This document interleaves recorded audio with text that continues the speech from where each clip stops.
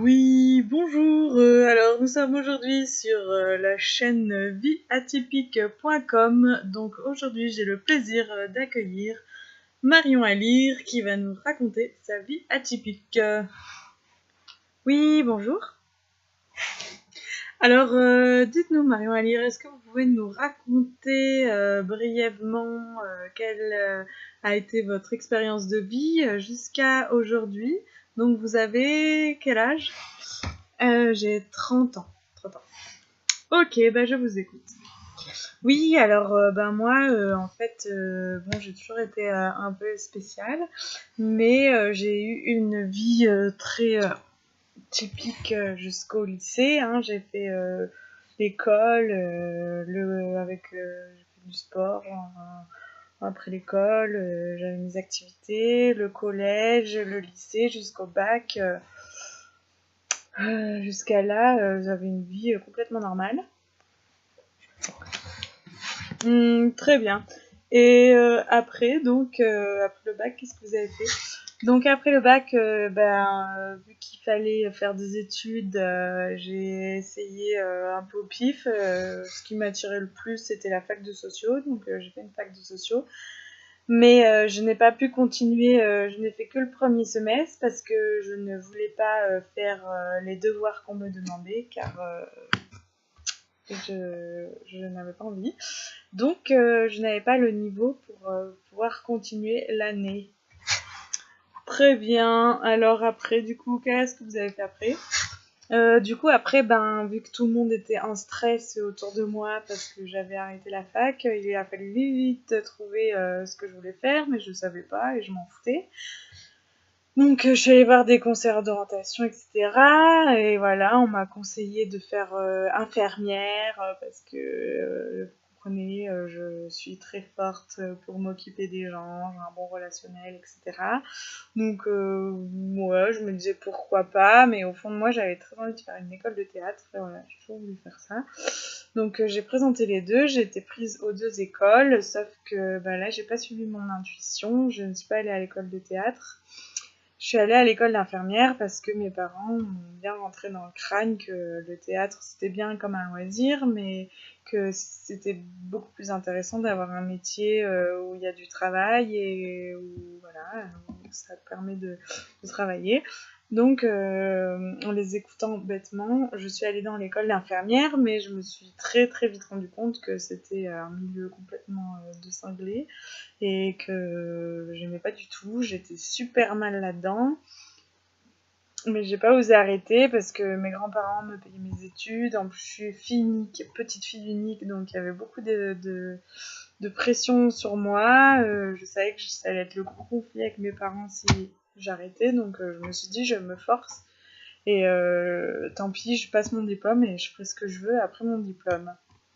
Sauf que, vu que j'ai beaucoup de mal à me fondre dans le moule, j'ai bien essayé, mais j'y arrive pas. Alors moi, pendant longtemps, j'essayais, mais j'y arrivais pas. Donc ce qui fait qu'à partir de la 3e année, j'ai vraiment eu échec sur échec au niveau de l'école d'infirmière. Donc j'ai redoublé ma 3e année. Et après, quand j'ai recommencé, c'était encore pire. J'étais trop mal. Ah oui, jusqu'au jour où je suis allée voir un psychologue, le psychologue de l'école, pour en parler. Et il m'a dit qu'il fallait que je prenne des antidépresseurs pour continuer, sinon j'arriverais jamais à avoir mon diplôme vu que j'étais trop sensible. Donc là, ça a été le déclic. C'était hors de question que je prenne des antidépresseurs. Donc après le séjour, avoir vu le psychologue, j'ai tout plaqué. Et comme prévu, ça a été le gros conflit avec mes parents. Ils étaient vraiment pas contents. Et du coup, voilà, là c'était une période très difficile. Donc très bien. Alors une fois que vous avez été en conflit avec vos parents, donc que s'est-il passé après dans votre vie? Du coup après, vu que j'étais pas bien, mais je me suis promis qu'à partir de maintenant, je faisais vraiment ce que je veux. Donc j'avais toujours rêvé de faire un gros voyage, je voulais faire le tour du monde. Bon, je l'ai pas fait, je suis juste allée, bon, j'ai fait quand même un bon voyage. Je suis partie 1 an au Canada, États-Unis, Mexique. Voilà, j'ai tout traversé. J'ai fait en voiture, en bus. Après, arrivé en Alaska, j'ai acheté un camion et je suis descendue jusqu'en bas du Mexique avec un camion. Donc là, j'étais avec des copains. Donc là, je l'ai vraiment vécu comme ma naissance, quoi. Enfin, j'avais 24 ans et c'était vraiment la première fois que je m'écoutais vraiment. Et depuis, j'ai toujours fait ce que je voulais. Et donc voilà, donc j'ai fait un voyage de 9 mois, voilà, 9 mois, je suis rentrée au bout de 9 mois, c'était super, où je me suis beaucoup découvert, machin. Et bon, au bout de 9 mois, j'en avais marre de voyager, j'avais envie de faire autre chose, donc je suis rentrée en France. Et donc, quand vous êtes rentrée en France, vous avez repris les études, qu'est-ce qui s'est passé pour vous ? Alors, quand je suis rentrée en France, j'ai été à fond parce que pendant mon voyage, j'avais fait beaucoup de woofing, j'ai fait quasiment que ça, à travailler dans les fermes et j'étais à fond dans l'agriculture, je voulais trop apprendre. Je voulais monter une communauté avec... Oui, parce que pendant tout ce temps-là aussi, depuis l'école d'infirmière, j'ai toujours vécu en collectif, en colocation, j'ai voyagé avec des gens très très collectifs.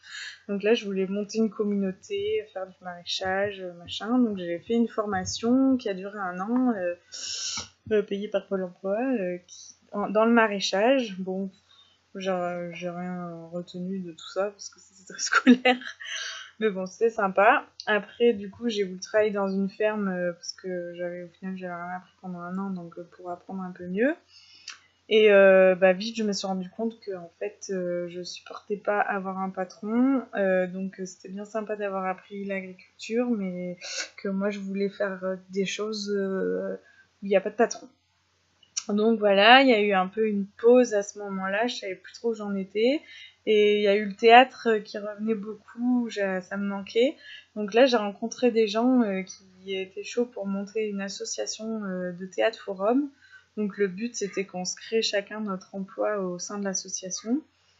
Donc voilà, là j'étais trop à fond, j'ai fait ça pendant 1 an, mais ça m'a vite saoulée aussi, parce qu'en fait je me suis rendu compte que j'avais de plus en plus de mal à vivre et travailler en collectif, parce que en fait ça me coupait complètement ma créativité. C'est-à-dire que par exemple moi je voulais monter un spectacle, et les gens avec qui j'étais...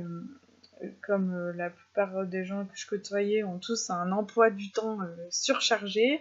Donc pour trouver une date pour faire notre répétition, il fallait que tout le monde prenne son agenda et qu'on trouve, on était en janvier, donc la première répétition ce serait le 26 avril pour que tout le monde ait son week-end, machin. Donc à la fin en fait ça m'a trop saoulée, je ne voulais plus... je me suis rendu compte que au final le collectif ça me servait à réaliser mes projets, je m'appuyais beaucoup sur le collectif pour réaliser mes projets, mais qu'en fait ça m'handicapait parce que j'étais vraiment contraint contraint par leur planning. Donc je me suis dit qu'il fallait que je me débrouille toute seule. Et oula, il fait nuit tout d'un coup. Je vais me mettre au jour. Venez, monsieur, on change d'endroit. Hop. Voilà.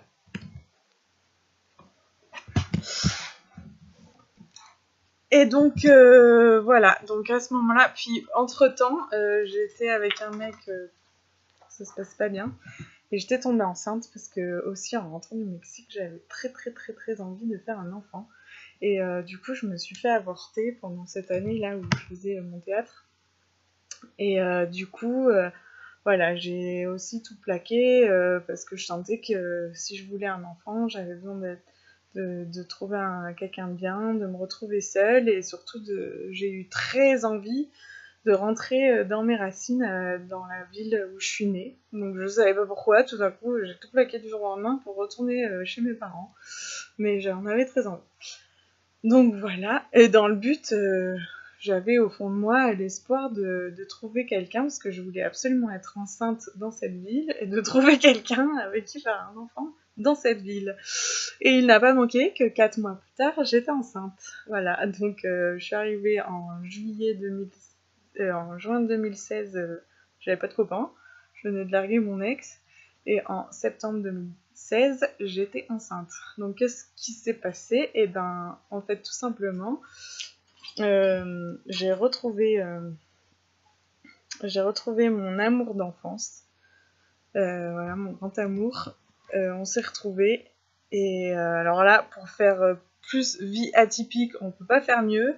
On s'est retrouvés, et un mois après, je suis tombée enceinte, et j'ai décidé de le garder. On a décidé de le garder.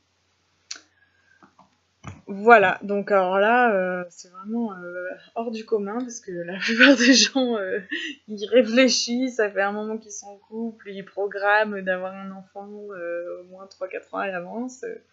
Donc moi, ça s'est fait en mode complètement freestyle. Alors là, heureusement, merci Lumineuse que j'avais les ateliers pour me dire que mon intuition et mon instinct, c'est vraiment la chose qui me guide, parce que sinon, je me serais pris pour une grosse tarée, quoi.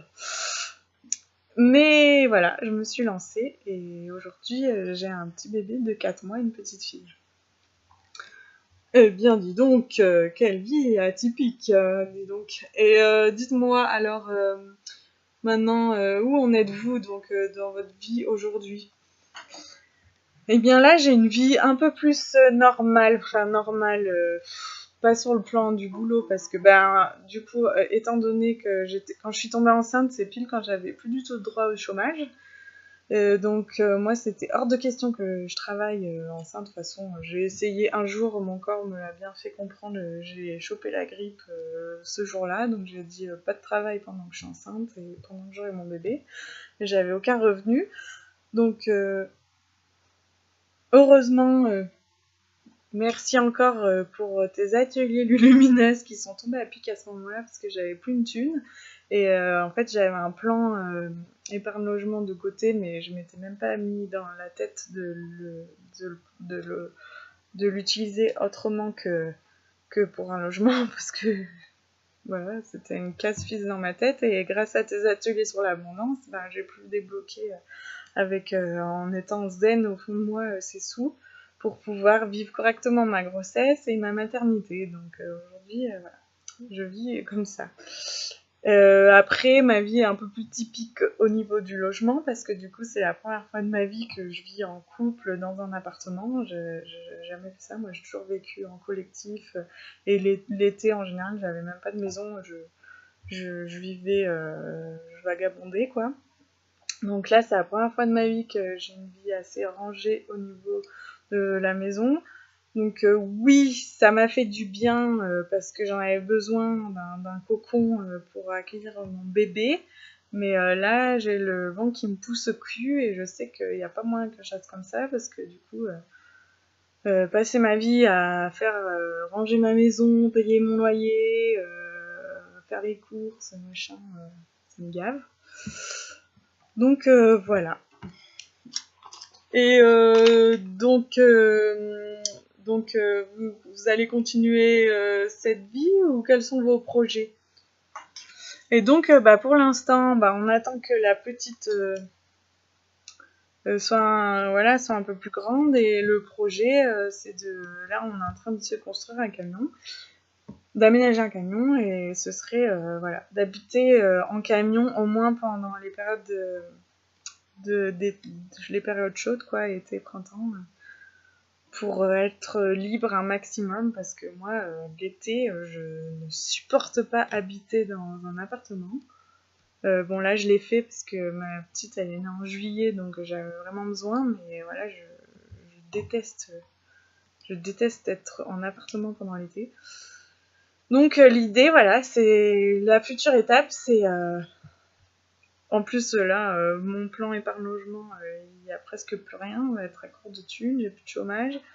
Donc l'idée, ce serait de vivre en camion, mais bon, c'est pas fait encore, on verra bien. Voilà pour ma petite vie atypique.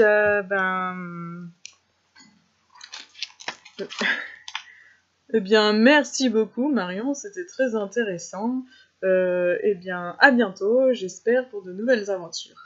Oui, merci beaucoup de m'avoir accueilli. Je vous remercie et à très bientôt.